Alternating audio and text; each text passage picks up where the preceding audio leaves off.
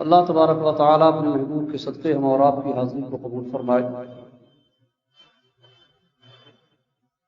ہم لوگ صرف 20 رکعت تراویح پڑھتے ہیں، طبیعت چور چور ہو جاتی ہے۔ یاد کریں ان بزرگان دین کو جنہوں نے 20 رکعت نہیں، رات بھر میں 200 رکعت نماز نفل پڑھی ہیں۔ سبحان اللہ، ہر رات ایک قرآن ختم کرتے تھے۔ سبحان اللہ، انسان تو وہ بھی ہیں، انسان ہم بھی ہیں۔ اللہ تبارک و تعالیٰ ان کی مزاروں پر اور رحمت و انوار کی بارشیں عطا فرمائے اور ان کے فیوز و برکات ہم اور آپ سب کو عطا فرمائے۔ یقیناً انہوں نے اللہ کو ایسا یاد کیا ہے کہ اللہ تبارک و تعالیٰ نے ان کے قدموں کی برکتیں پوری دنیا میں عطا فرمائی ہیں۔ اللہ تعالیٰ محبوبان بارگاہ کے صدقے ہمیں خلوص کے ساتھ، محبت کے ساتھ عبادت کرتے رہنے کی توفیق عطا فرمائے۔ بتائیے 20 رکعت پڑھنے کے بعد حالت تھوڑا سا ہوتی کہ نہیں ہوتی؟ بولے ہیں بالکل سچ بات ہے، اس میں کیا ہے؟ چہرہ بتا رہا نا، میرا بھی آپ کا بھی تو بتا رہا ہے، یہ فطرت ہے انسان کی۔ سرکار امام اعظم دیکھیے عشاء کے وضو سے 40 سال تک فجر کی نماز پڑھتے ہیں۔ سبحان اللہ، حضور غوث اعظم رضی اللہ تعالیٰ عنہ، حضور غریب نواز عشاء کی نماز پڑھ کے اپنے خاص کمرے میں تشریف لے جائیں، صبح فجر تک ذکر کرنے کی عادت، آواز آتی رہتی ہے۔ سبحان اللہ، ایسے نہیں جناب، بے نشانوں کے نشان مٹتے نہیں، مٹتے مٹتے نام ہو ہی جائے۔ اللہ تبارک و تعالیٰ اپنے حبیب علیہ السلام کے صدقے ان بزرگوں کے دامن سب کو عطا فرمائے اور مضبوطی سے ہمیں ان کے نقش قدم پر چلنے کی توفیق عطا فرمائے۔ یہ سورۃ التوبہ ہے اور یہ اس کا آخری حصہ ہے۔ بڑا دلچسپ واقعہ ہے اس میں، اس لیے ہم نے کہا کہ اس کو بیان کر دیں۔ ہوا یہ کہ جنگ تبوک میں رسول پاک صلی اللہ علیہ وسلم تشریف لے گئے، 30,000 کا لشکر لے کر حضور تشریف لے گئے تھے۔ عیسائیوں نے، یہودیوں نے مل کر کے کئی لاکھ کا لشکر تیار کیا تھا مسلمانوں کو صفحہ ہستی سے مٹانے کے لیے۔ حضور صلی اللہ علیہ وسلم کو پتا چلا تو آپ نے، بہت زبردست گرمی تھی مدینہ شریف میں اس وقت، اس عالم میں حضور نے آواز دیا جہاد کے لیے اور تیار ہوئے۔ 30,000 کا لشکر حضور لے کر نکلے۔ سبحان اللہ، 30,000 کا لشکر بھی اسلامی لشکر مانا رکھتا ہے۔ 30,000 کا لشکر لے کے نکلے جنگ تبوک میں۔ تبوک کے ملک شام کے پاس ایک جگہ ہے، پیارے آقا صلی اللہ علیہ وسلم وہاں پہنچے، بہرحال واپس تشریف لائے، اللہ نے فتح و کامیابی عطا فرمائی۔ 3 صحابی رسول تھے، ایک کا نام ہے حضرت کعب بن مالک اور ایک کا نام ہے حضرت بلال بن امیہ اور مرار بن ربی۔ یہ 3 صحابی تھے۔ حضرت کعب خود اپنی کہانی بیان فرماتے ہیں کہ اس وقت میرے پاس جو ہے تو سواری اچھی دمدار تھی اور میری صحت بھی ٹھیک تھی، تو میں نے یہ سوچا کہ سرکار چلیں گے اور میں اپنی سواری میں 1 دن کے بعد بھی نکلوں گا تو سرکار کو پا لوں گا۔ ہوا یہ کہ میرا کام 1 دن کے بعد ہو نہیں پایا، 2 دن ہو گیا، 3 دن ہو گیا، یہاں تک کہ 3 دن مکمل ہو گئے، میں نکل نہیں پایا۔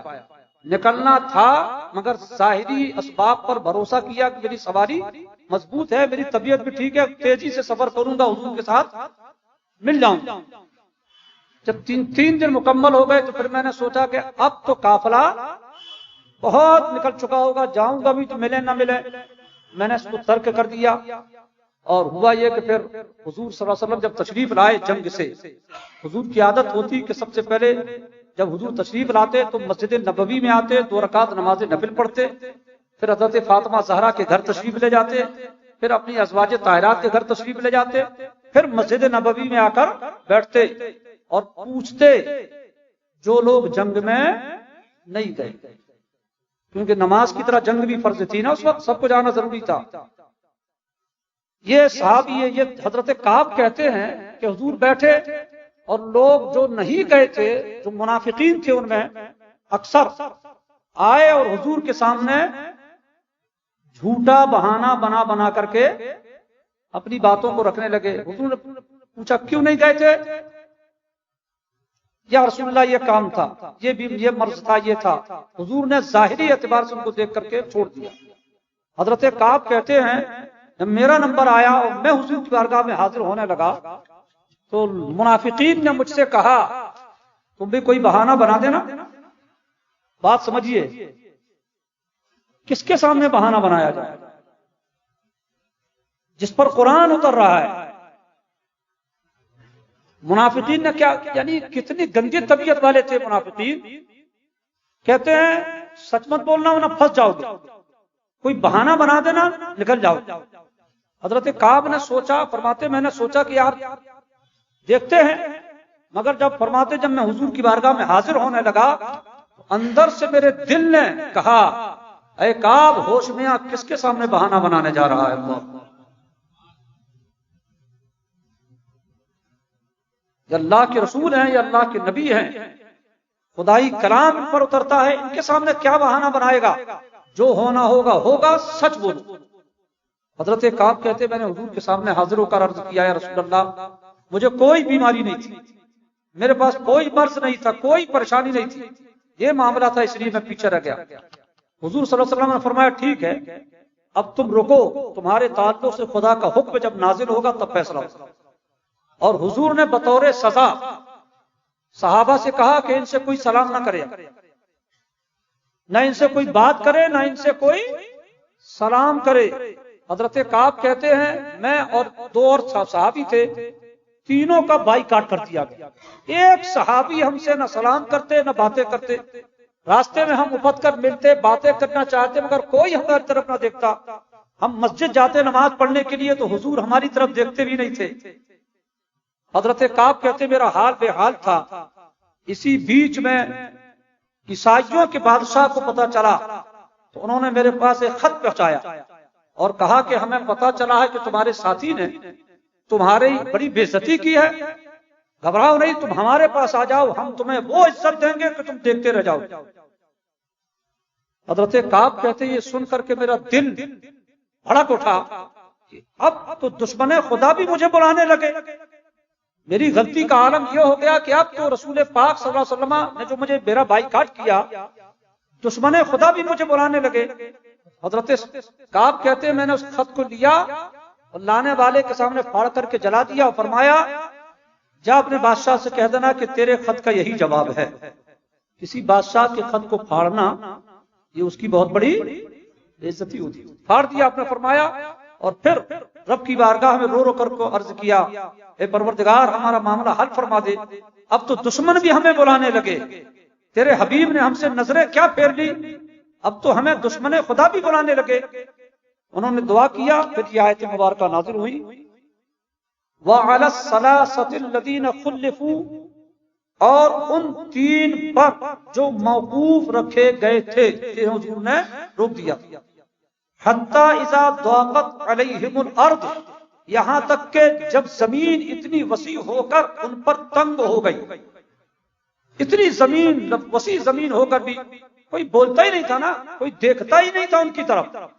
حضور نے حکم فرمایا بیویوں کو رکھ کرو، بیویاں بھی مائکے پہنچا دی گئی، تنہ تنہا، ایسا لگے ان کو جیسے زمین نکل جائے گی.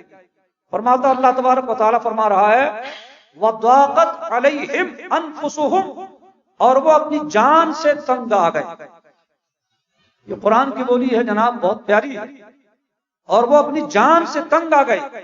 وَظَنُّوا، اور انہیں یقین ہوا اللہ ملجأ من اللہ الا الیہ، کہ اللہ سے پناہ نہیں مگر اسی کے پاس.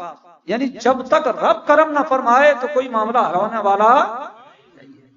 رب کی بارگاہ میں رو کر کے دعا کیا، اللہ نے فرمایا ثم تاب علیہم، پھر ان کی توبہ قبول کی. سبحان اللہ، پھر ان کی توبہ قبول کی. لیتوبوا، کہ تائب رہیں، ان اللہ هو التواب الرحیم، بے شک اللہ ہی توبہ قبول فرمانے والا ہے. جب یہ آیت نازل ہوئی رسول پاک صلی اللہ علیہ وسلم پر قرآن کی جب یہ آیت نازل ہوئی حضور کا چہرہ خوشی سے چمچمانے لگا. اور جب حضور نے آیت صحابہ کو سنائی، صحابہ دوڑ کر کے ان تینوں کے پاس پہنچے اور انہیں مبارکبادی دی کہ مبارک ہو، اللہ نے تمہاری توبہ کو قبول فرما دیا. توبہ تو اور بھی بندے کرتے ہیں مگر توبہ وہ کہ جس کا بیان خود قرآن پاک میں اللہ نے بیان فرما دیا. بہرحال ان تینوں صحابی رسول کو حضور نے بلایا اپنے سینے سے لگایا، ان کی پیشانیوں کو بوسہ دیا اور ان پر نظر کرم فرمایا۔ کہنے کا مطلب یہ ہے حضور کے سامنے منافقین بھی آئے اور صحابی بھی آئے۔ منافقین نے بہانہ بنایا، حضور نے چھوڑ دیا۔ وہ بے وقوف سمجھ رہے تھے حضور کو کچھ پتا نہیں ہے، مگر یہ صحابی تھے، اسی لیے کہتے ہیں پوری دنیا کے لوگوں کا ایمان ایک طرف اور رسول پاک کے پیارے صحابی حضرت ابوبکر صدیق کا ایمان ایک طرف، پورے دنیا کے اولیاء علماء کتب ایک طرف اور اللہ کے رسول کے صحابی ایک طرف۔ ان صحابیوں نے حضور صلی اللہ علیہ وسلم کی بارگاہ میں معافی تلافی کی، اللہ نے اسے قبول فرمایا۔ حضرت کعب کہتے ہیں میں مسجد جاتا، حضور نماز پڑھ رہے ہوتے، میں حضور کو چھپ چھپ کر کے دیکھتا، سبحان اللہ۔ میں دیکھنا چاہتا تھا کہ میرے مصطفیٰ مجھے دیکھتے ہیں یا نہیں۔ حضرت کعب کہتے ہیں مگر میرے سرکار میری طرف دیکھتے نہیں تھے۔ جب میں نماز پڑھنے کے لیے کھڑا ہو جاتا تب بھی میں نگاہوں سے اشارے سے دیکھتا کہ کیا حضور اب دیکھ رہے ہیں۔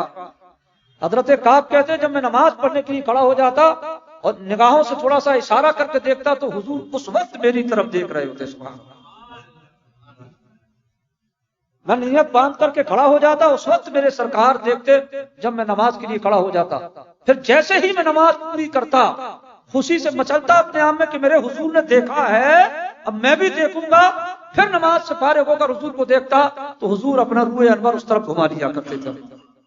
اللہ تعالیٰ ان مقدس صحابیوں کا عشق رسول کا صدقہ ہم سب کو عطا فرمائے اور ان کے اسوہ حسنہ کو اپنانے کی توفیق رفیق عطا فرمائے۔